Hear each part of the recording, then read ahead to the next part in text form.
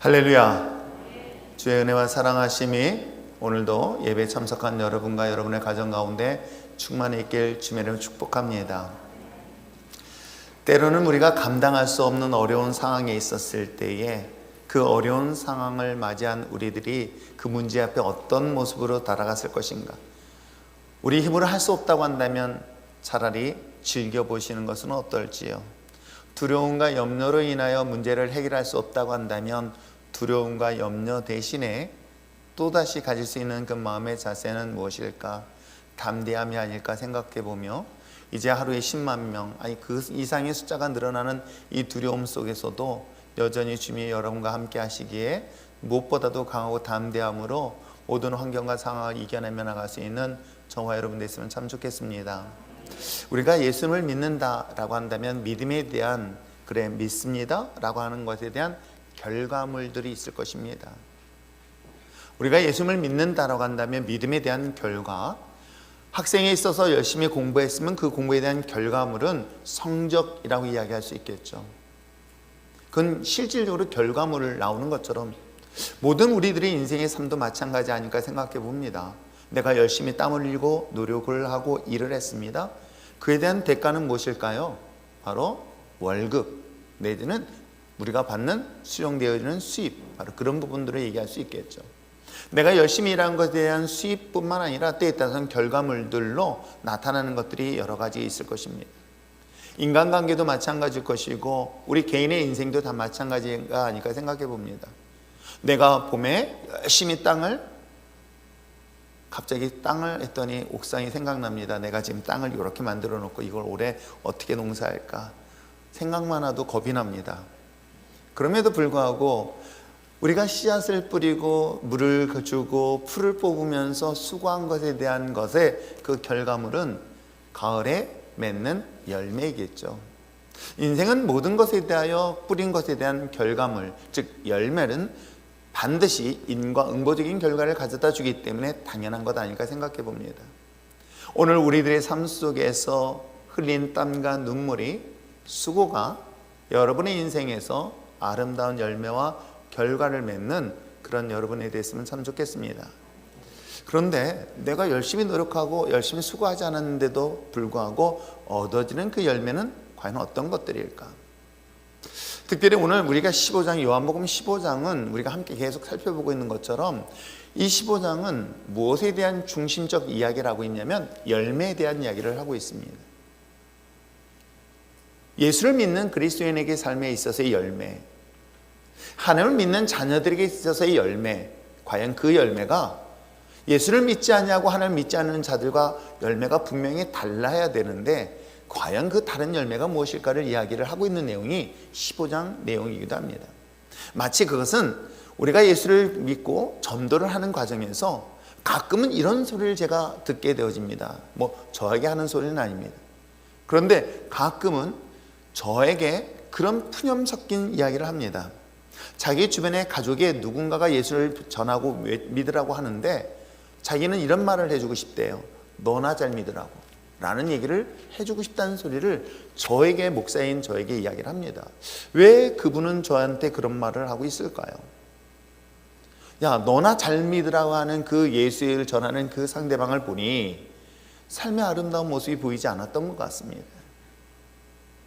삶을 기대할 만, 즉 믿는 사람으로서의 어떤 기대함이 자신의 눈에 볼 때는 전혀 그렇지 않다는 것을 보고 야, 너가 복음을 전하기에 앞서서 너라도 먼저 예수를 잘 믿으라 라고 하는 것이 예수를 전혀 믿지 않는 자들이 예수를 믿는 사람에 대한 저에게 준 이야기이기도 합니다. 무엇 때문에 이런 평가가 가능할까요? 저는 그것이 바로 열매가 아닐까 생각해 봅니다. 그러기에 오늘 특별히 이 요한복음에서 이야기하고 있는 하나님을 믿는 자녀들, 특별히 예수 그리스도를 소개하면서 예수 그리스도를 믿는 사람, 이 두 사람의 관계 속에서 맺어지는 열매, 그것이 무엇인가를 이야기하고 있는 내용이 바로 15장 가장 중심적 내용이기도 합니다. 그래서 그것을 설명하기 위해서 비유를 들었으니 포도나무와 가지 관계를 이야기를 하고 있는 거예요. 어찌 보면 우리가 열매가 아니라 우리는 가지인 것이겠죠. 포도나무에 붙어있는 가지인 저와 여러분이 붙어 있음으로 인하여 맺어지는 열매는 결과인 거예요. 그 결과가 어떤 결과냐, 어떤 열매이냐라는 것들을 계속 성경은 우리에게 이야기를 하고 있는 것입니다.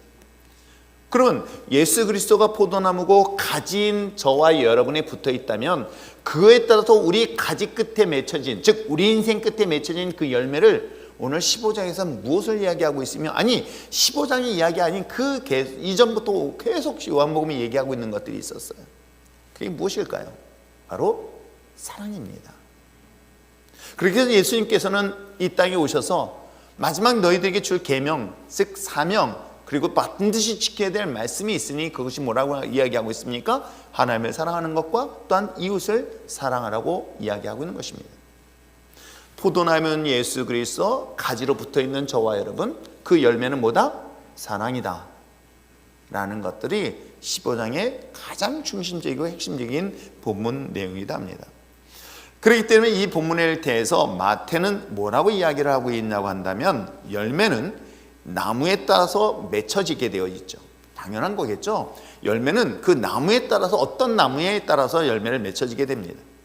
그런데 혹시 우리는 유행을 바라는 마음으로 가시나무에서 포도 열매를 기대하는 사람이 있을까요? 아니면 엉겅퀴에서 무화과 열매를 얻을 수 있을까요? 아마 어느 누구도 기대하지 않을 것입니다. 가시나무 밑에서 맺혀질 수 있는 포도 불가능하고, 엉겅퀴에서 무화과나무 열매를 기대할 수 없는 것. 그렇듯 좋은 나무에서 당연히 나쁜 열매를 맺을 수 없을 뿐만 아니라 정반대로 나쁜 나무에서, 좋지 않은 나무에서 좋은 열매를 기대하는 것은 불가하다라는 것이 마태복음 7장의 이야기이기도 합니다. 이것을 기대한다는 것은, 그것은 바람직하지 아니한 모습을 이야기하고 있겠죠. 그러므로 열매라는 것은 예수 그리스도와 연합, 예수 그리스도와 붙어 있음으로 인하여 우리 삶에, 내 개인의 삶에, 내 개인에 속해 있는 가정에 내적이든 외적이든 어떤 열매, 결과물들이 등장하는데 증거라고 이야기할 수 있습니다. 그것은 곧 내가 예수님과 관계없이 살아왔던 나의 인생 가운데 포도나무 대신 예수님 앞에 붙였습니다. 접을 붙였습니다. 가지가 됐습니다. 그 순간 이후에 나의 삶에 놀라운 변화가 시작되어지는데, 삶의 모습이 바뀌고 삶의 목적이 바뀌고 삶의 결과물들이 바뀐다. 그것이 무엇이다? 사랑이다 라고 하는 것으로 성경은 본론을 정하고 있습니다. 그렇다면 사랑이라는 것에 대하여 예수 그리스도의 포도나무의 가지에 붙은 열매라고 한다면, 이 가지에서 끊어졌을 때, 즉 포도나무에서 끊어진 가지였을 때는 어떤 결과를 가져다 줄까요? 우리가 함께 읽었던 이 본문이 예수 포도나무의 곁에서 떨어진 가지와 붙어있는 가지, 이 두 가지의 열매가 있으니 바로 떨어진 가지가 무엇을 말하고 있냐면 바로 미움이라는 단어로 소개를 하고 있습니다. 미움이라는 단어와 그 다음에 예수 그리스도와 정상적인 관계를 맺은 사람에게 맺어진 열매는 뭐다? 사랑. 그래서 오늘 미움과 사랑에 대한, 예수님의 삶 속에서 관계되어진 사람들에 대한 열매로 오늘 본문을 접근해 보려고 합니다. 그러면서 오늘 스스로가 한번 스스로를 정리해 보시고요, 분별을 해봤으면 참 좋겠습니다. 내 삶에서 그 많은 것 가운데 미움의 분량과 사랑의 분량이 어느 것이 더 충만한 상태에 있는가? 물론 이 두 가지 마음은 다 공존할 수 있어요. 그런데 이 공존되어져 있는 것의 열매는, 그래서 포도나무뿐만 아니라 제가 포도 열매를 좋아하는, 어떤 신 거는 제가 잘 못 먹어요. 근데 포도나무든 과일에서는 신맛도 나고 단맛도 나고 그런 여러 가지 다양한 맛이 분명히 날 수가 있듯이 우리들의 인생에서도 미움도 있고 사랑도 있습니다. 그런데 주도되어지는 것이 달라요. 그리고 주도되어지는 것이 아니라 미움 대신에 내가 미워하고 싶어도 미워할 수가 없어요 라고 하는 그런 놀라운 변화된 것들에 대한 열매가 있게 되는 거예요. 그러므로 오늘 여러분들이 여러분 스스로를 분별하면서 내가 그리스도와 붙이는 그리스도인으로서 나는 어떤 열매가 더 풍성하게 맺혀 있는가를 보면서 아, 그렇구나. 내가 정말 그리스도인으로서 주님과 붙어 있는 줄 알았더니 떨어져 있네. 야, 이거 긴장해야 되겠다. 돌아보면서 분별하면서 여러분의 주님 앞에 더 가까이 나갈 수 있는 저와 여러분 됐으면 참 좋겠습니다. 자, 그렇다면 오늘 본문을 통해서 그랬더니 오늘 또 이 본문 가지고 또 가서 부부끼리 너는 미움이 많은 거 보니까 나에 대한 미움이 많은 거니까 하면서 서로 부부싸움은 하지 마시기 바랍니다. 자, 그렇다면 오늘 본문에 기록된 첫 번째 미움에 대한 접근을 한번 들어보는데 그건 18절, 19절 이하의 말씀에서 쭉 나오고 있습니다. 그것은 그리스도와 붙어있지 않은 자들에 대한 이야기를 하고 있는데 그것이 뭐냐면 먼저 그들은 예수님에 대하여 미움의 대상으로 보고 있다는 것이에요. 자, 한번 18절 말씀 한번 읽어볼까요? 18절 말씀을 읽겠습니다. 시작. 세상이 너희를 미워하면 너희보다 먼저 나를 미워한 줄을 알라. 자, 18절 말씀에 세상이 너희를 미워하면 너희보다 먼저 누구를? 예수를 미워하는 줄 알고 있으라 라고 이야기하고 있는 거예요. 즉 예수님과 전혀 상관없는 자들이 이야기하고 있기를 바로 너희 그리스도인들을 미워하는 것이 아니라 바로 먼저 나를 미워하고 있다라고 이야기하고 있습니다. 포도나무인 예수, 이 관계없는 자들을 성경은 뭐라고 설명을 하고 있냐면 세상이라는 단어를 사용하고 있어요. 그러니까 세상이라는 이 코스모스라는 이 단어 속에서 그들은 예수님과 전혀 관계없다는 거예요. 그러면 어떻게 보면은 예수님의 포도나무요 가지, 여기서 붙어있는 것과 붙어있지 않는 것은 세상 그리고 그리스도인, 그걸 둘로 나눠봐도 이 단어를 해석하는 데는 큰 무리는 없을 것입니다. 그런데 문제는 뭐냐면 이 세상에 대한 정의예요. 세상이 무엇을 말하고 있을까 생각했더니 많은 그리스도인들이 오해하고 있는 것들이 몇 가지가 있어요. 그래서 세상 속에 안 가려고 해요. 의외로 되게 많이 있습니다. 내가 예수 믿었더니 아, 세상은 다 헛된 거야. 세상은 속한 거야. 세상은 나쁜 거야. 그래가지고 세상을 등지려고 하는 사람들이 의외로 많아요. 그래서 하던 모든 일들을 내려놓고 그냥 기도원 이런 공동체로만 들어가려고 하는데 성경을 잘 보시길 바랍니다. 왜냐하면 우리가 세상이 그렇게 악한 것이라고 한다면 성경에서는 절대 그들을 미움의 대상으로 봐야 되는데 놀랍게도 성경에서 이 세상 코스모스라는 이 단어를 예수님은 사랑하라고 얘기하고 있어요. 아니 하나님이 사랑하라고 얘기하고 있어요. 아니 자신을 미워하고 우리가 속되다고 얘기하는 그 세상을 어떻게 하라는 거예요? 사랑하라고 얘기하고 있으니 과연 그 사랑해야 될 그 세상은 무엇일까? 그래서 오늘 본문에서 이야기하는 것처럼 세상에 너희를 미워하는 것은 예수 그리스도를 미워하는 것이다 하는 그 세상은 과연 무엇일까? 요한복음 3장 16절 말씀은 여러분이 너무나 잘 알고 있는 말씀이기도 합니다. 하나님이 너무너무 사랑하셨어요. 누구를? 세상을. 하나님이 세상을 너무너무 사랑하셔서 자신의 독생자 예수 그리스도를 내어놓으실 정도로 누구를 사랑하셨다? 예수를 미워하고 그리고 예수를 믿는 그리스도인들을 미워하는 그 세상을 향하여 당신의 독생자를 내어놓으셨다라고 하면서 예수님께서 하나님께서 그와 같이 사랑하였기에 너희도 사랑하라고 얘기하는 거예요. 그렇다면 요한복음 3장 16절에 말하고 있는 그 세상은 무엇을 말하고 있을까요? 그것은 바로 우리가 잘 알고 있는 것처럼 구원받아야 될 대상인 사람이겠죠. 구원받아야 마땅할 그 죄인된 그들을 세상이라고 이야기하고 있으며 그들은 분명 인격을 가진 사람들을 소개하고 있습니다. 그런데 정반대의 경우가 있습니다. 세상을 미워하라고 얘기하고 있어요. 아니 조금 전에는 성경에서 사랑하라고 그랬는데 조금 후에는 또 미워하라? 그럼 어떤 장단에 맞춰야 되는가라는 고민과 혼돈에 빠질 때가 있습니다. 그래서 교회를 처음 나오신 분들이 성경 읽다가 시험 드는 것들이 몇 가지가 있잖아요. 외식하지 말라? 그래서 오늘부터 우리 가족들은 오늘부터 외식하지 말아야 되는가? 라고 고민하신 분들이 저한테 질문합니다. 야, 놀랍게도 성경에서 외식하지 말라는 단어가 있다고, 돈 묻었다고. 우리가 성경의 단어에 똑같은 단어를 사용하고 있는데 그 단어의 의미가 전혀 다르게 사용되어지는 케이스가 바로 이 세상이라는 단어예요. 요한복음에서 이야기하고 있는 것처럼 세상을 사랑한 그 하나님의 이야기가 있는가 하면 요한 1서예요. 그러니까 똑같은 요한에 의해서 기록된 거예요. 요한 1서 말씀의 2장 15절 말씀에 보면은 분명히 미워하라고까지 얘기를 하고 있습니다. 자, 한번 볼까요? 자, 2장 15절 한번 읽어보겠습니다. 시작. 이 세상이나 세상에 있는 것을 사랑하지 말라. 누구든지 세상을 사랑하면 아버지의 사랑이 그 안에 있지 아니하니. 사랑하지 말라고 얘기하고 있는 거예요. 한 입 가지고 두 말하고 있습니다. 여러분, 이 말을 들었던 사람들, 독자들은 어떨까요? 아니, 누가 다른 사람이 말했으면 저 사람의 생각과 내 생각이 다를 수 있다라고 말할 수 있어요. 근데 요한이에요. 사도 요한이 말하고 있습니다. 사도 요한이 뭐라고 얘기하고 있습니까? 하나님께서 말씀하셔서 세상을 이처럼 사랑하였기에 그 사랑은 그 사람을 위하여 독생자 예수를 주셨으니 너희도 그와 같이 그들을 사랑하라 라고 해요. 그런데 다시금 요한 1서에서 뭐라고 얘기하고 있습니까? 사랑하지 마라 라고 얘기하고 있어요.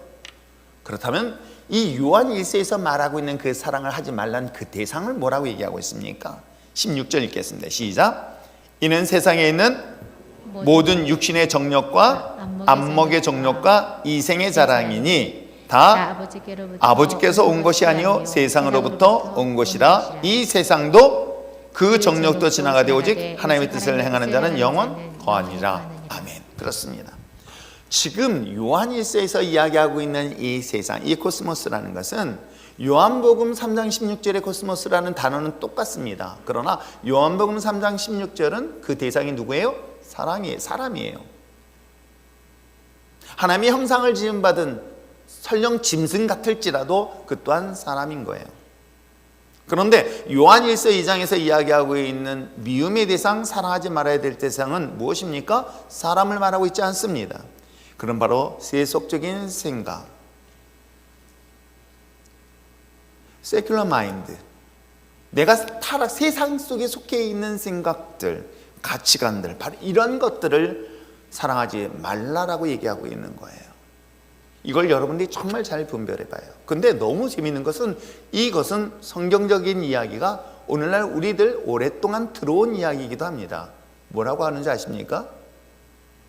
사람은 미워하되, 아니에요. 죄는 미워하되 사람은 미워하지 말라. 들어보셨나요? 아마 우리에게 익숙하게 들었던 이야기인 거예요. 그 사람이 갖고 있는 죄는 미워해라. 그러나 그 죄를 지은 그 사람은 미워하지 말라라는 것들을 아마 익숙하게 들었는데 그게 성경적 근거를 얘기하고 있는 거예요. 사람은 용서하고 사랑의 대상이다. 그러나 그 사람이 가지고 있는 죄, 그 사람이 가지고 있는 죄된 그 세속적인 생각들은 그것은 미움의 대상이다 라고 성경은 말하고 있습니다. 그런데 실질적으로 우리는 어떻습니까? 솔직하게 얘기해 보세요. 우리가 무엇을 사랑하고 무엇을 미워해야 되는데 반대를 하고 있어요. 어떻게 해요? 사랑해야 될 대상인 사람을 사랑하지 못해요. 사랑해야 될 대상인 세상, 즉 사람을 사랑해야 되는데 사랑하지 못해요. 그리고 정반대로 사랑하지 말아야 될 세상, 사랑하지 말아야 될 죄, 사랑하지 말아야 될 많은 사상과 많은 철학과 많은 이 개념들을 우리는 더 사랑하고 있다는 것 여러분 아십니까? 사람을 사랑해야 되는데 사람을 사랑하지 못하고 오히려 죄를 더 사랑하고 있는 것들이 오늘날 우리들의 모습은 아닐까요? 저는 이런 관점에서 아주 오래전에 그 노 교수님의, 총장님의 그 외쳤던 이 말씀들이 제 마음속에 다시금 계속해서 일어나는 것들이 하나 있어요.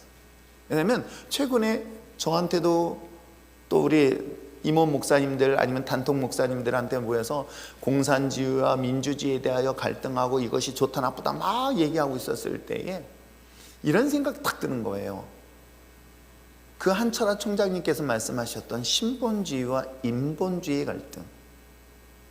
결국 공산주의든 민주주의든 이거는 인간의 중심인 거예요.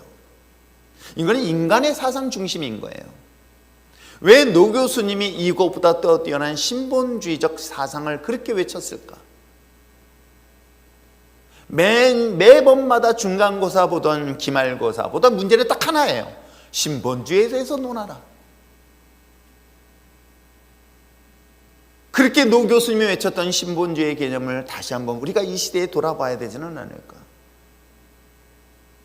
하나님의 중심적 사상, 하나님의 중심적 생각이 어느덧 인간의 세상 속에 위에 있어야 되는데 그 지배를 받고 있는 현실들. 그러기에 18절과 19절의 말씀을 제가 이렇게 한번 해석을 해봤습니다. 너희가 세상 기준대로 살고 있다고 한다면 너희가 세상의 기준, 세상의 문화, 세상의 풍습, 이 기준으로 삶을 살고 있다. 즉 세상의 기준에 의해서 행복하고 세상의 기준에서 만족하고 세상의 기준에서 내가 마치 모든 걸 얻었다라고 하고 있는, 즉 행복의 모든 가치관의 기준대로 살고 있는 사람들은 세상 사람들이 너희를 자기네 편이라 생각해서 사랑하고 있다. 무슨 말씀인지 이해하시겠어요?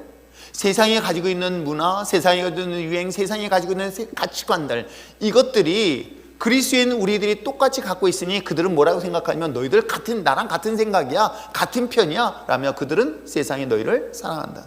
그러나 내가 너희를 선택해서 세상의 기준대로 살지 아니하고 세상의 기준대로 살지 아니하고 하나님의 기준대로 삶을 살려고 했었을 때 세상은 너희들을 미움의 대상으로 삼을 것이다 라는 것이 바로 18절, 19절 이하의 이야기이기도 합니다. 우리 자신 안에는 이 두 가지 사이 속에서 사실 끊임없이 갈등하는 것 또한 사실이기도 합니다. 인간적인 생각과 하나님의 생각의 갈등은 끊임없이 저 또한 고민하면서 가고 있는 과정이기도 합니다. 행복의 기준도 우리는 이 두 가지 사이 속에서 갈등하고 있는 것은 아닐까요? 하나님이 한 분만으로 행복할 것 같은데 사실은 현실은 내가 필요한 세속적인 것들이 또한 나를 만족해 하고 있는 것 또한 이 두 가지 사이 속에서 우리 기독교인들, 그리스도인들이 갈등하고 고민하고 있는 것은 아닐까요? 성공도 마찬가지 아닐까요? 우리가 성공이라는 그 세속적 가치관의 기준으로 본다면 하나님이 말하는 성공과 전혀 다를 때가 얼마나 많은지 몰라요. 왜요? 예수님의 성공은, 하나님의 성공은 죽어야 되는 거예요. 망야 그걸 통해서 하나님의 영광을 드러낼 수 있다. 이걸 어떻게 세상적 기준으로 이걸 분별할 수 있겠습니까? 조금 더 좋은 집을 가지고 좋은 차를 가져야만이 이것이 세상의 기준으로 봤을 때 만족할 수 있고 행복하다라는 그 기준에서 좁은 길을 선택하고 좁은 문을 선택하고 그 모든 것들을 위하여 다 내어놓으며 십자가의 죽음의 길을 선택하는 것이, 그것이 곧 행복이고 성공이다라고 말하는 기독교적 가치관, 이 두 가지 사이 속에서 갈등하지 않을 사람들이 과연 어디 있겠습니까? 그것이 바로 세상 사람들이 만들어 놓은 기준이기도 합니다. 세상의 가치관 또는 세상에 가지고 있는 방법과 그 논리 사상은 쉼없이 예수님의 방법, 하나님의 방법, 하나님의 그 방법들에 대한 갈등과 갈등 속에 긴장을 가지고 있는 것 또한 사실이기도 합니다. 그러나 세상은 하나님의 방법, 하나님의 가치관이 아닌 여전히 그들이 가지고 있는 세속적 가치관, 이 가치관이 우선이었었을 때 그 결과가 무엇으로 나타난다? 바로 미움이라는 열매로 나타나게 되어 있다라고 얘기를 하는 거예요. 그런데 정반대로 그리스도와 연합되었을 때 나타나는 그 결과의 열매는 뭐라고 얘기하고 있습니까? 사랑이라고 얘기하고 있어요. 예수님의 가르침, 예수님의 계명이 무엇일까? 12절의 말씀을 다시 한번 읽어볼까요? 12절 말씀을 한번 큰 소리 읽어보시길 바랍니다. 시작. 내 계명은 곧 내가 너희를 사랑한 것 같이 너희도 서로 사랑하라 하는 이것이니라. 아멘. 혹시 우리가 잘못 오해해서 계명은 마치 우리가 지켜야 될 그런 단어로 오해하고 있는 것일까? 여러분, 이 계명이라는 단어는 어떻게 보면 이 본문의 말씀 전체를 보면 오랫동안 십계명을 지키고 율법을 지켰던 유대인들에게 있어서의 그 삶을 자기가 노력하고 지켜야 될 것으로 생각하지만, 사실 여기서 이야기하는 그 계명은 포도나무 붙어있는 가지, 이 가지의 겉에 있는 그 열매가 사랑이다. 그 사랑은 결국 계명의 결과물들이다 라고 이해하셔도 크게 틀리지 않는 본문의 해석이라고 저는 생각합니다. 즉 다시 얘기한다면 복음의 열매, 계명의 열매, 내가 계명을 지키고 있다 안 지키고 있다는 것은 내가 포도나무의 가지에 붙어 있음으로 인하여 만들어지고 있는 그 사랑이라는 그 열매, 그 열매로 자연스럽게 일어나는 것, 바로 이런 역사가 있다는 것 잊지 마시길 부탁드립니다. 자, 그렇다면 저는 오늘 본문을 보면서 한 세 가지 질문을 던져보려고 합니다. 첫째는, 그러면 어떻게 사랑해야 될까요? 어떤 방법으로 사랑해야 될까요? 라는 질문인 거예요. 예수님께서 말씀하시고 있습니다. 너희들 서로 사랑하라. 근데 사랑하라는데 그 사랑의 샘플을 보여주신 게 뭐예요? 예수 그리스도예요. 예수님께서 나와 같이 사랑하라고 오늘 12절에 분명히 말씀하셨어요. 내 계명은 곧 내가 너희를 사랑한 것 같이, 예수님이 내가 너희를 사랑한 것 같이 너희도 서로 사랑하라. 분명히 방법적인 걸 얘기했습니다. 예수님처럼 사랑하라는 거예요. 그러면서 오늘 13절의 말씀을 하고 있어요. 자, 13절 한번 읽어볼까요? 시작. 사람이 친구를 위하여 자기 목숨을 버리면 이보다 더 큰 사랑이 없나니. 와우. 친구를 위하여, 사랑하는 사람 친구를 위하여 자신의 생명을 내어놓고 그 사람을 생명을 얻게 하는 것, 이것처럼 큰 사랑은 없다고 얘기하는 거예요. 근데 여러분 이 본문을 잘 보시면 야, 이런 사랑, 대단한 사랑을 얘기하고 있어요. 저는 오늘 이 시대에 왜 이기적이냐라고 한다면, 너무나 이기적인 것이 더 이거는 이게 종말론적인 나타나는 특징 중에 하나가 아닐까. 왜 예수님께서 그 많은 비유 중에 강도 만나 피 흘려 죽어가고 있는데 관심을 갖고 있지 않았을까? 이게 종말론적 관점에서 해석해 본다면 관심이 없어요. 모든 중심이 자기예요. 이기적으로 바뀌었기 때문에 그런 거예요. 내가 행복하면 돼. 누가 피 흘렸는지 관심 없어. 라고 하고 살아가고 있는 이 시대의 종말론적인 시대의 모습은 끊임없이 보여주고 있는데, 그런 가운데서 정말 자기가 사랑하는 친구를 위해 자신의 생명을 내놓는 거, 이거 엄청나게 대단하다라는 것은 그만큼 정반대로 그런 사람을 찾기가 힘들다라고 얘기하는 거예요. 그럼 요즘 가족관계 속에서도 볼 수 있지 않을까요? 진짜 가족관계에서도 전 충분히 볼 수 있습니다. 더 냉정하게 얘기한다면 과거에 우리 부모님들은 자식을 위해서라면 자신의 모든 것들을 포기하셨어요. 저는 그런 사랑을 받고 자랐던 것 같아요. 완전한 사랑을 받지 못했을지 몰라도 그럼에도 불구하고 그 희생적 사랑을 받은 건 분명히 맞아요. 자식을 위해서 먹고 싶은 것, 입고 싶은 것 제대로 입지 못하고 먹지 못하는 그 부모님의 사랑과 수고와 헌신이 있었기에 저는 그 사랑을 충분히 받았다고 저는 생각을 해요. 정인보 선생님의 어머니란 시조에처럼 당신이 드시는 것은 자식이 먹다 남은 차디찬 밥, 혹여라도 새 옷 한 벌 얻었다면 아끼고 아꼈다가 정작 한 번도 입어보지 못하고 막상 당신이 죽으실 때에 관에 들어가는 보공이 되는 그런 어머니들의 희생과 사랑의 이야기는 과거의 이야기예요. 지금은 어떨까요? 누가 자식을 위해서 자신의 인생을 포기할까요? 물론 아직도 있을 것이라 생각합니다. 그러기에 친구를 위하여 자신의 생명을 내어놓을 수 있는 것은 오늘 성경에 기록된 것처럼 이것처럼 큰 사랑이 없다라고 얘기하는, 이 친구라는 건 단순히 우리가 얘기하고 있는 우정을 나누는 친구만의 관계를 말하고 있는 것이 아닙니다. 내가 사랑하는 대상의 모든 사람들이 포함되어지는 거예요. 가족도 그 중에 포함될 수 있습니다. 이 모든 사람들을, 특별히 자기가 사랑하는 사람을 위하여 자신의 생명을 주는 거, 이게 당연한 것인데도 불구하고 그 사랑이 크다라고 얘기할 정도의 사랑을 오늘 우린 이 시대에 살고 있지 않을까 생각해 봅니다. 그런데요, 이 본문은 이걸 얘기하는 게 아니에요. 예수님은 어떻게 사랑하셨나요? 그래, 세상에 이런 큰 사랑이 없어 친구를 위한 예수님의 제자들만을 위해서 죽으셨을까요? 아니에요. 예수님은 인간으로서 어찌 보면 친구인 우정을 위하여 생명을 놓는 것 또한 크다고 하는데도 불구하고 예수님께서는 그 이상을 위해서 죽으셨는데, 누구를 위해서? 바로 원수를 위해서까지도 자신의 생명을 위하여 죽으셨다는 거예요. 자신의 친구를 떠나서 원수까지도 그를 용서하였고 사랑하였으며 자신의 생명을 내어놓으신 분이 누구다? 예수 그리스도다. 친구를 위하여 자신이 가지고 있는 생명을 내어서 그 생명을 얻게 하는 것도 큰데, 예수님의 사랑은 인간이 가지고 있는 사랑과 비교할 수 없을 정도의 엄청난 사랑을 오늘 성경은 우리에게 소개를 하고 있는 것입니다. 그 사랑을 주님께서 우리에게 요구하고 있는 거예요. 저도 이 말씀 보면 때마다 이거 진짜 심하지 않을까? 이게 어떻게 가능해? 내가 좋아하는 사람을 위해서 죽고 희생하는 것, 양보하는 거 얼마든지 할 수 있어. 그런데 나에게 상처 주고 나에게 원수 되어주고 아픔을 준 그런 원수된 사람을 위하여 용서하고 사랑하고 그 생명을 위하여 내 생명을 내어놓으라 라고 주님이 요구하신다면 너무 부당하게 느껴지지는 않을까요?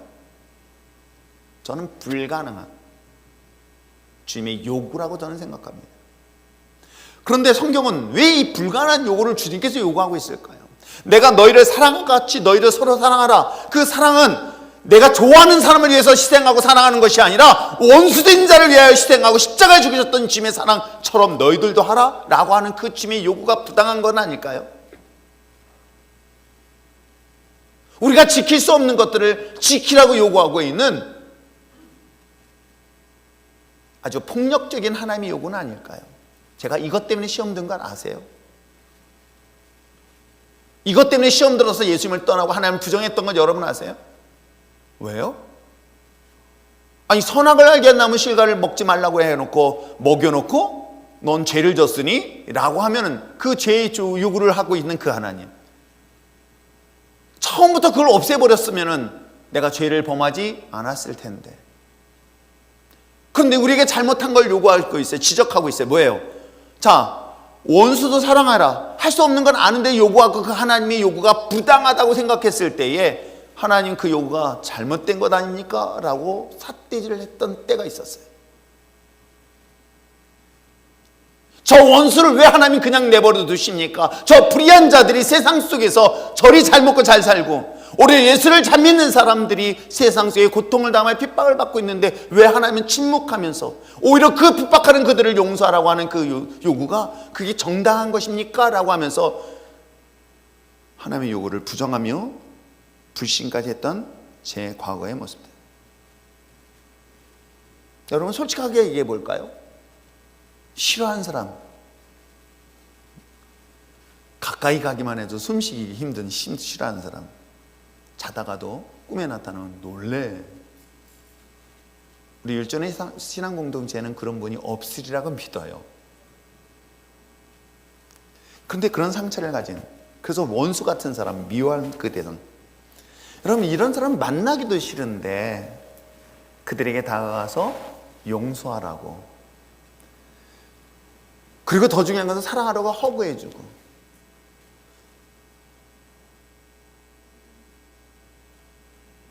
그리고 더 중요한 것은 그 원수를 위하여 내 생명을 주라고 요구하시는 그 주님의 요구에 아멘 할 사람이 몇이나 될까요?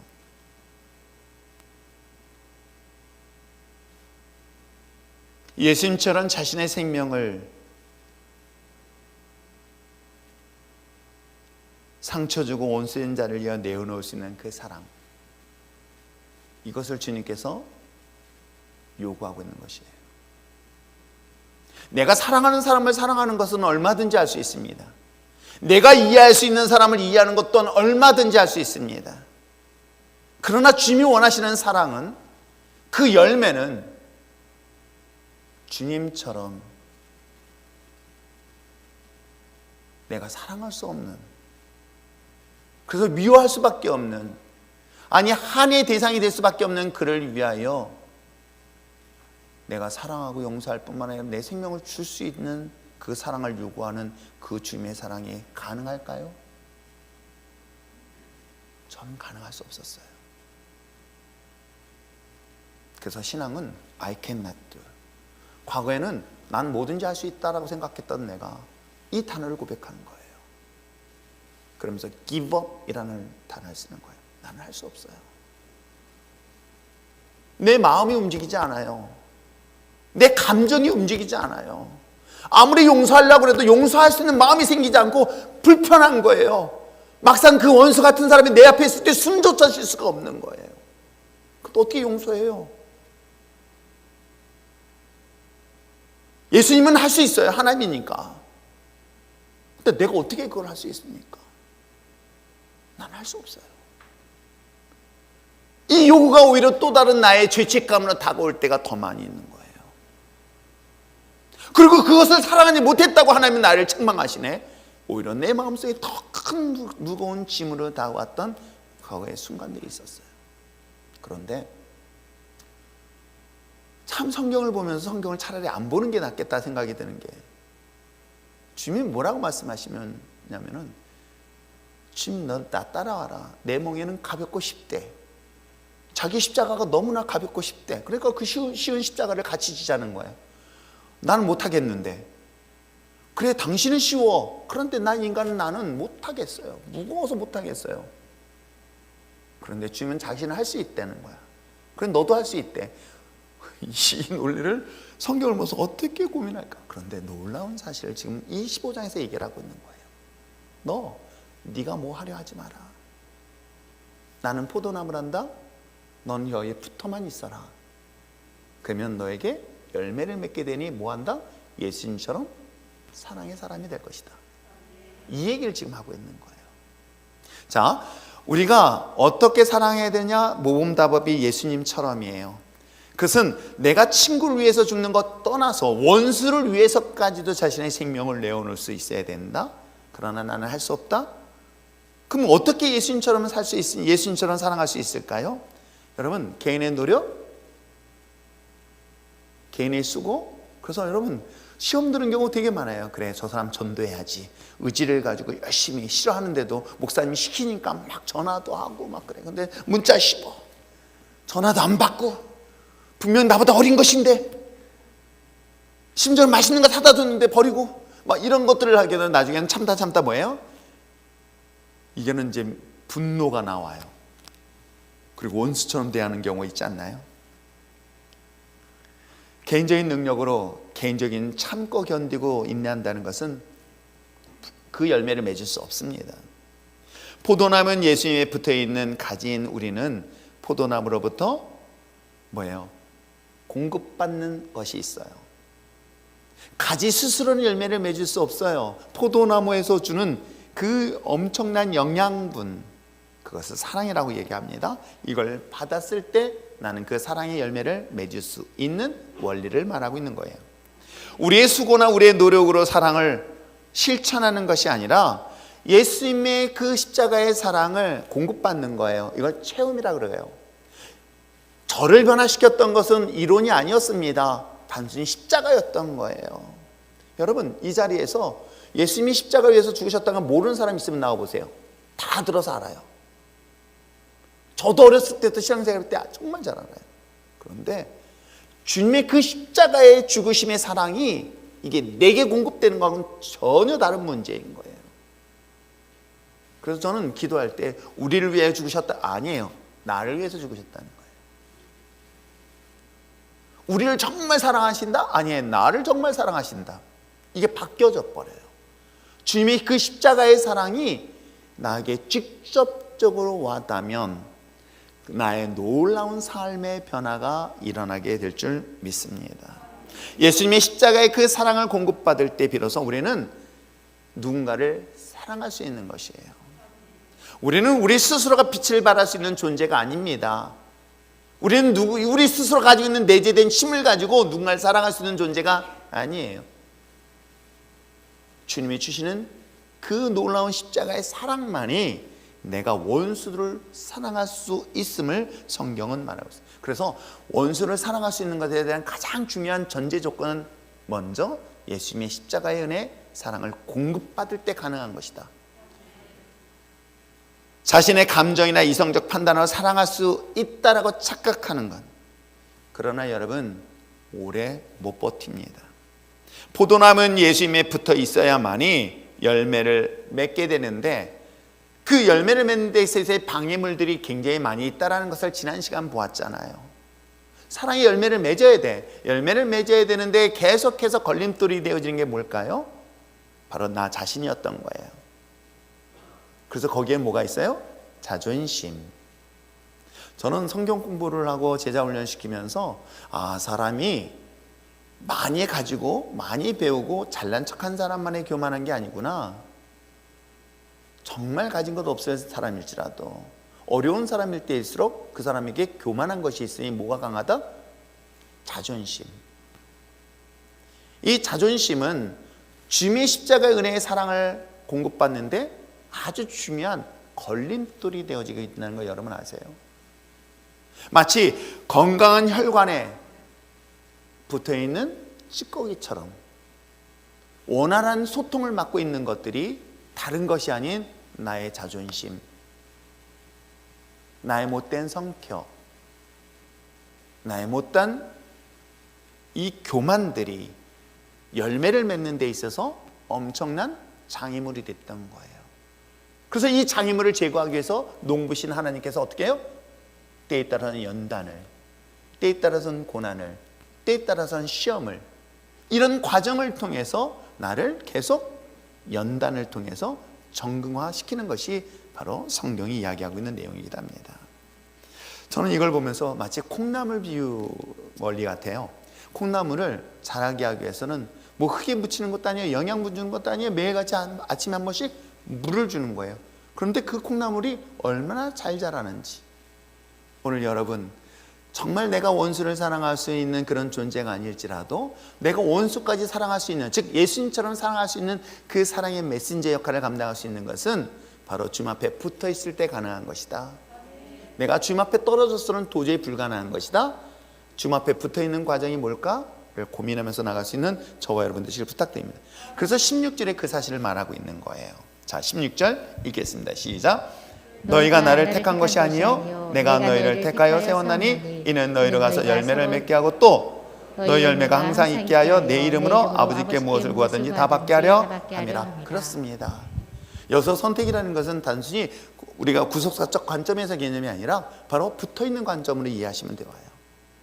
내가 붙어서 내가 스스로 열매를 맺겠다가 아니라 주님이 선택해서 나를 붙어있음으로 인해서 그로 인하여 나에게 사랑의 열매를 맺을 수 있다. 그렇기 때문에 가능한 것이다. 이해하시겠습니까? 자, 어떤 방법으로? 예수님처럼. 그걸 하기 위해서 할 수 있는 것은 예수님이 붙어 있어야 된다. 그러면 예수님을 통해서 열매를 맺어서 사랑의 사람이 되어지면 어떤 유익이 있을까요? 어떤 결과가 있을까요? 열매를 맺고 혹시라도 손해볼 것이 있으면 그것처럼 억울한 일이 어디 있어요? 예수 믿고 손해본다? 그럼 누가 예수 믿으라고 하겠어요? 저는 이 수익의 원리를 굉장히 잘 따지는 사람으로서 뭔가 남는 장사가 있어야 되겠죠? 저도 남아야 되지 않습니까? 기분 나빠하는 사람들이 있네. 자기들은 남아야 되고 난 남으면 안 됩니까? 남아야 됩니다. 그 남는 게 뭔지 아십니까? 뜻밖의 돈, 명예? 아니에요. 뭘까요? 기쁨인 거예요. 그게 바로 11절에 얘기하고 있는 거예요. 자, 11절 말씀 다시 한번 읽어보시기 바랍니다. 11절 읽겠습니다. 시작. 내가 이것을 너희에게 이름은 내 기쁨이 너희 안에 있어 너희 기쁨은 어떻게 한다? 충만하게 한다는 거예요. 이 기쁨은 세상이 줄 수 없는 기쁨인 거예요. 세상이 줄 수 없는 행복인 거예요. 여러분 어떻습니까? 그래, 세상에서 있는 주는 기쁨이 맛있는 맛집 갔더니 와 오늘 기분 좋았어, 너무 좋았어. 그리고 저녁에 소화제 먹어. 와 오늘 너무너무 행복한 사람 만났어. 너무 연예인 저같이 잘생긴 사람 만났어. 행복해. 반응들이 전혀 없어. 아무튼 여러분들이 좋아하는 것들을 만났어. 근데 그 기쁨은 잠시일 뿐이에요. 조금 전까지 좋았던, 저희 집사람도 이렇게 보면 어느 날은 좋았다가 어느 날은 막 기분 나빠요. 그럼 도대체 어느 기분에 맞춰야 될지 몰라요. 이걸 줘야 되는지 말아야 될지 할지 모를 때가 종종 있어요. 아마 여러분 다 경험해 보지 않았을까요? 아침에 누룽밥 줄 때 여보 뭐 행복해. 그런데 어느 날 저녁에 누룽밥 좀 확 짜증내. 똑같은 밥인데 왜 아침에 준 거 같고 저녁과 다를까? 성의 없이 느껴지는 거.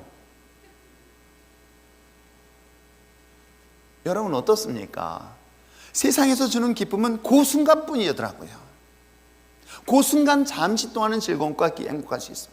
근데 오늘 성경은 말하고 있어요. 뭐라고 얘기하고 있냐면 내가 너에게 이 사랑의 열매는 너에게 무엇 때문이냐? 마치 나에 있는 것들을 막 착취하고 뺏어가는 것 같지만 놀랍게도 뭐예요? 기쁨을 주는데 그 기쁨을 충만하게 하기 위함이라고 이야기하고 있는 거예요.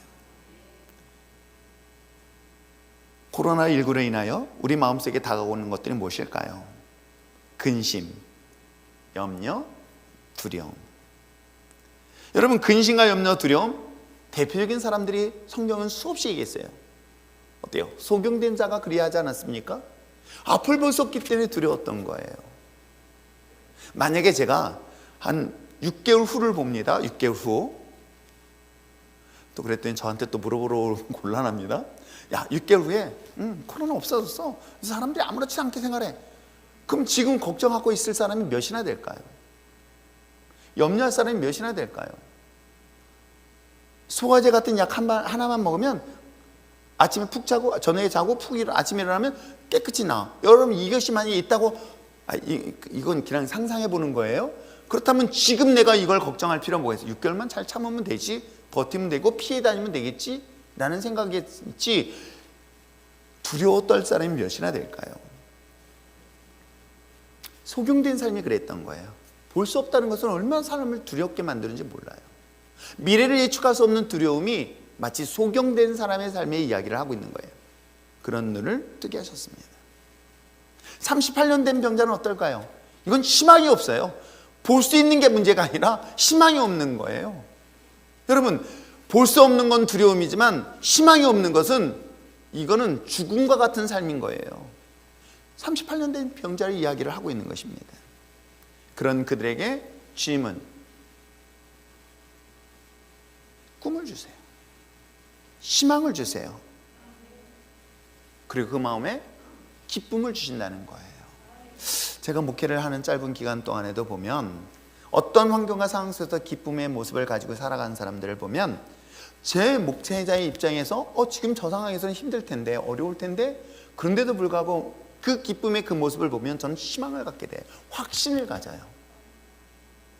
요셉을 보면서 하나님이 보실 때 그의 기쁨의 모습이 보디발의 마음을 움직였고 또한 간수장의 마음을 움직였을 뿐만 아니라 바로의 마음도 충분히 사로잡지 않았을까 생각을 해봅니다. 그렇습니다.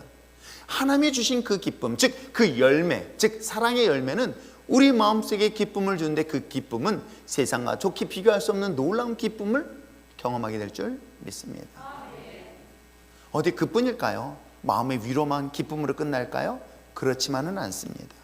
저는 성경을 보면서 이 14절, 15절의 말씀에 아주 중요한 단어가 나와요. 어떤 단어가 나오냐면 14절에 너희는 내가 명한 대로 행하면 곧 나의 뭐라? 나의 친구라고 얘기를 하고 있어요. 더 이상 너는 주와 종의 관계 아니라 너와 나는 뭐의 관계다? 친구 관계가 될 것이라고 말하고 있어요. 여기 친구의 관계, 여러분, 이거는 놀라운 변화, 신분의 변화예요. 실질적인 삶의 변화인 거예요. 종의 신분에서 친구의 신분의 변화는 이거는 단순히 내 마음의 평안, 기쁨, 요 정도의 수준을 말하고 있지 않습니다. 이건 삶의 실질적인 변화들을 말하고 있어요. 어떻게 변화가 일어날까요? 오늘 15절에 이 이야기의 비밀을 말하고 있습니다. 자, 이제부터는 너희를 종이라 하지 아니하리니 종은 주인이 하는 것을 알지 못하리라. 너희는 친구라 하였노니 내가 내 아버지께서 들은 것을 다 너에게 알게 하겠다. 이 얘기를 잘 들어보세요. 하나님이 계획하심이 있어요. 하나님이 계획하시고 역사하신 것은 이 주인이시기 때문에 그래요. 모든 인생의 주인, 삶의 주인, 모든 것들의 역사의 주인이세요. 그 주인 되시는 하나님이 그래서 우리에게 알려주신 것을 비밀이라고 이야기를 하고 있는 거예요. 그런데 누구에게는 알려주시겠다? 친구에게 알려주시겠다라고 얘기하는 거예요. 하나님의 계획을 알 수 있다? 하나님의 뜻을 알 수 있다? 여러분, 이것만 확신을 갖는다면 왜 우리 삶 속에서 두려움과 불안이 사로잡힐까요? 하나님의 계획을 확실히 알고 있다고 한다면 지금은 비록 과정이 있습니다. 마치 시편 23편의 고백에 있는 것처럼 비록 내가 죽음의 골짜기 가운데 두려움 속에 사로잡혀서 있는 환경과 상황에 있을지라도 하나님의 계획은 뭐라고 얘기하고 있어요? 나를 푸른 초장, 쉴만한 물가가 예비되어 그곳으로 인도하실 것이다. 이것을 눈으로 바라보고 이것에 대한 하나님의 계획을 알고 있다고 한다면 여러분 어떤 마음을 갖고 있을까요?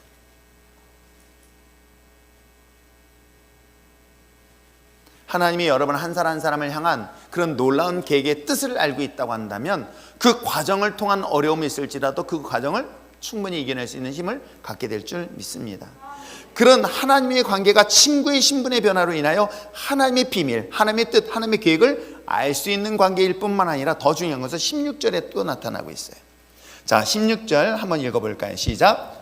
너희가 나를 택한 것이 아니요 내가 너희를 택하여 세웠나니 이는 너희로 가서 열매를 맺게 하고 또 너희 열매가 항상 있게 하여 내 이름으로 아버지께 무엇을 구하든지 다 받게 하려 함이라. 예수님의 이름으로 구하면 다 받게 된다. 정말 여러분 이런 것 가지고 도전해 보는 거 어떨까요? 그래? 그래서 내가 올해 이 사과나무가 아니야 뭐죠? 올해 작년에 심었던 것 중에 하나가 샤인머스켓은 있고요. 그거 내가 놓고 기도하고 있고, 제가 작년에 했던 것 중에 하나가 뭐죠? 이렇게 수박인데 노란 거 나오는 거. 망고수박. 근데 망고수박을 심어가지고 신현호 집사님 아시겠죠? 그래서 기도해 주려고요. 선포해 주려고. 이 망고수박. 내가 예수님의 이름으로 명령하였으니까 내가 선포하겠다라고 해가지고 명령했을 때 과연 그 망고수박에 어떤 역사가 일어날까? 기대되지 않을까요? 오늘 이 얘기를 하고 있는 거예요. 너희가 내 안에 거하고 내 말이 너희 안에 거하고 무엇인지 원하는 대로 구하라 들어주시겠다는 약속의 말씀입니다. 여러분, 주님의 포도나무에 붙어있는 가지인 저와 여러분의 삶의 열매인 사랑이라는 것을 갖고 있더니 그 사랑이 우리의 삶을 샬롬, 기쁘게 한다. 근데 기쁘게 하는 것만으로 만족하지 않는다. 하나님의 놀라운 비밀을 알게 된다. 친구가 되어서. 그 친구가 되어서 비밀을 알 뿐만 아니라 내가 주님 앞에 예수님의 이름으로 구하였을 때 뭐든지 역사하시고 응답되어진다. 여러분, 이게 얼마나 놀라운 삶의 역사들을 경험할 수 있을까요? 이걸 경험하지 못하니까 우리는 맨날 두려우는 거예요. 불안해하는 거예요. 이런 하나님의 놀라운 역사를 반드시 경험하는 2022년도가 되길 부탁드립니다. 그러면서 마지막으로 된 건 뭘까요? 저는 이 26절 이하의 이야기예요. 26절, 27절 한번 읽어볼까요? 시작. 내가 아버지께로부터 너에게 보낼 보혜사 곧 아버지께서 나오시는 진리의 성령이 오실 때에 그가 나를 증언하실 것이요 너희도 처음부터 나와 함께 있으므로 뭐가 된다? 증언이 있으리라. 아멘. 여러분, 이 증인된 삶이라는 건 뭔지 아세요? 혹시 증인, 목격자는 나쁜 쪽에다만 얘기하지 마세요. 굉장히 부정적인 쪽에다만 참 증인을 삼으니까 나쁜 건데, 죄된 사람들을 증언하는 그런 쪽으로 생각하지 마시고요. 한번 이런 생각을 해보세요. 평생 다른 사람들의 도움을 받으면서 구걸하며 살던 한 사람이 있었어요. 물론 요즘은 사회복지가 잘 돼 있지만 2000년 전에는 사회복지가 전혀 돼 있지 않았기 때문에 그는 사람들도 모욕을 받고 무시를 받으며 저주를 받았던 인물이기도 합니다.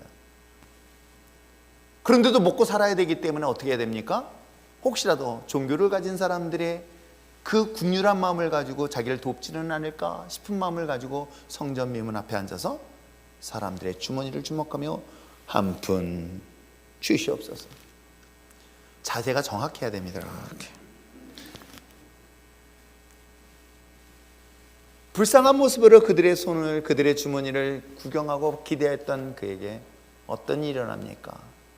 예수님의 이름으로 그가 일어나는 기적을 경험해요. 근데 더 중요한 건 뭔지 아십니까? 그가 성전에 들어가서 그지처럼 나의 삶에 나를 이와 같이 치료했다는 것을 사람들한테 찬송하며 고백하고 있는 것 여러분 아십니까? 여러분, 여기서 이야기하고 있는 증인, 그건 간증된 삶인 거예요. 하나님, 현대의학으로 불가능하다는 판정을 받았습니다. 현대 과학적 방법으로는 도저히 불가능하다는 결과를 얻었습니다. 그런데 이 결과물들을 반전시키고 기적같이 역사하고 바꿨습니다. 하나님을 통해서.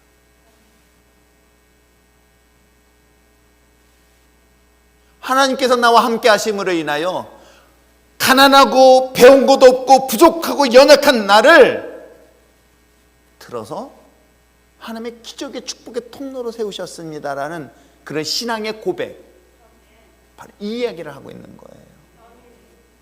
여러분, 포도나무와 가지 사이에 맺혀진 우리는 무엇을 기대하고 있을까? 사업이 잘 되고, 자식이 잘 되고, 내 몸이 건강하고. 근데 뜻밖의 이야기를 하고 있어요. 그 열매를 맺는데 그게 사랑이다. 사랑의 열매를 맺으니, 사랑의 메신저가 되니 너희들은 어떻게 될 것이다? 내 마음 너희 삶에 기쁨이 들어올 것이고, 예수님과 친구가 되어서 하나님의 비밀을 맡을 뿐만 아니라 하나님의 무엇인지 구하는 대로 구하는 역사가 일어날 뿐만 아니라 너의 삶에 간증의 역사가 일어날 것이다. 근데 우리는 어떻게 구하고 있습니까? 무엇을 구하고 있습니까? 하나님, 내가 돈이 필요하니 돈을 해결해 주시옵소서. 하나님, 내 자식이 아직 취직을 못했습니다. 취직 자리 보장해 달라고. 하나님은 얼마나 안타까워하는지 몰라요. 너는 이미 내가 선택해서 너 나의 포도나무에 가지에 붙어 있지 않니? 가지로 너 붙어 있기 때문에 너는 너의 불필요한 것들만 제거시킬 수 있다면 하나님이 하시지 않냐? 그 과정을 통해서 사랑의 열매를 맺으면 그 열매를 통해서 나머지 것들은 이거는 부스레기인 거예요. 이거는 세상에 비교할 수 없는 것들이에요. 이것이 세상의 기준의 가치관으로 인하 믿음이 좋다 나쁘다 이 기준을 판단할 수도 없을 정도라는 거예요.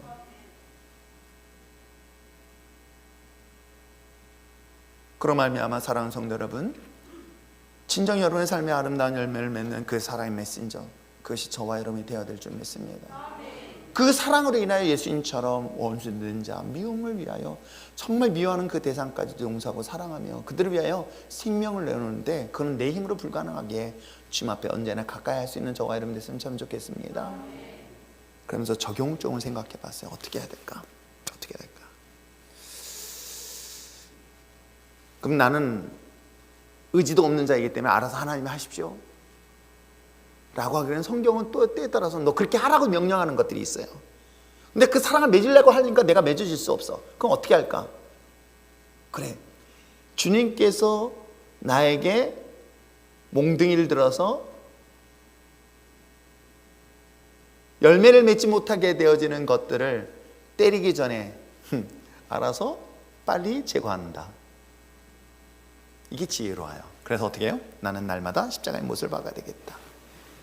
내 생각을, 나의 생각을, 나의 계획을, 나의 뜻을, 나의 못된 자아를, 내 못된 자존심을, 내 못된 이 모든 이 쓴뿌리 같은 것들을 십자가의 못을 박는 저와 여러분 됐으면 참 좋겠습니다. 하나님 도와주세요. 나 된 생각? 그래요. 나에 대한 인생의 생각을 이제 내려놨어요. 내가 물론 그 계획을 짜지 말라는 거 아니에요. 계획을 짜고 하나님이 하지 마라. 오케이, 알겠습니다 라고 하면서 모든 삶의 모든 플랜들을 하나님의 계획, 하나님의 뜻 안으로 바꾸는 과정은 무엇으로 가능할까? 저는 그것이 말씀으로 가능하다 저는 생각을 해요. 그 말씀이 내 안에 들어오니 내 생각 대신에 하나님의 말씀으로 채워진다. 근데 말씀 안 읽으면서 자기 생각이 하나님이 채워진다, 웃기지 마세요. 전 그건 거짓말이라고 봐요. 절대 그럴 수 없어요. 마치 이 빈 그릇 안에 이 안에는 분명히 내가 내 안에 내가 더 많아요. 내 안에 내가 더 많은 이곳에 하나님 말씀으로 계속 집어넣는 거예요. 그게 유대인들이 그렇게 교육을 시켰던 거예요. 그 안에 하나님 말씀을 계속 집어넣다 보니 점점점 나의 생각과 나의 계획과 나의 뜻이 하나님의 생각으로 바뀌어지는 작업들. 그럼에도 불구하고 끊임없이 우리에게 들어오는 그 나의 못된 자아들을 주님 앞에 무릎 꿇고 나갈 수 있는 저와 여러분 됐으면 참 좋겠습니다. 그리고 난 다음에 어떻게 해요? 공급받아야 돼요. 누구로부터? 하나님의 십자가의 사랑으로. 포도나무의 가지는 그 포도나무의 영양분을 받을 때 열매를 맺는 것처럼 끊임없이. 왜요? 내가 나를 알아요. 내가 하나님의 뜻을 떠나서는 아무것도 할 수 없는 연약한 존재임을 알아요. 그래서 난 알지요. 난 알아요라고 해도 내가 들어보지 못했어요, 사실은 그런 노래를. 근데 아무튼 난 알아요. 근데 이 나나요라고 얘기하고 있는 것처럼 나 자신을 알기 때문에 내가 하나님의 곁을 떠나지 말아야 되겠다. 나처럼 떠나지 마십시오. 너무나 소중한 그 젊음의 시간을 떠난 그 10년의 세월은 저에게는 너무 하나님 앞에 부끄러움으로 느껴지고 있어요. 그래서 하나님 앞에 기도는 거예요. 그 자리가 뭘까? 그 자리가 뭘까? 저는 그것이 예배의 자리가 아닐까 생각해봐요. 십자가의 은혜의 자리, 그것이 우리에게 마지막 선물처럼 주신 그 예배의 자리. 그러기에 여러분, 코로나는 그 마지막 공급받는 영양의 분을 끊어버리려고 하는 의도가 그 안에 있는 거 여러분 아세요?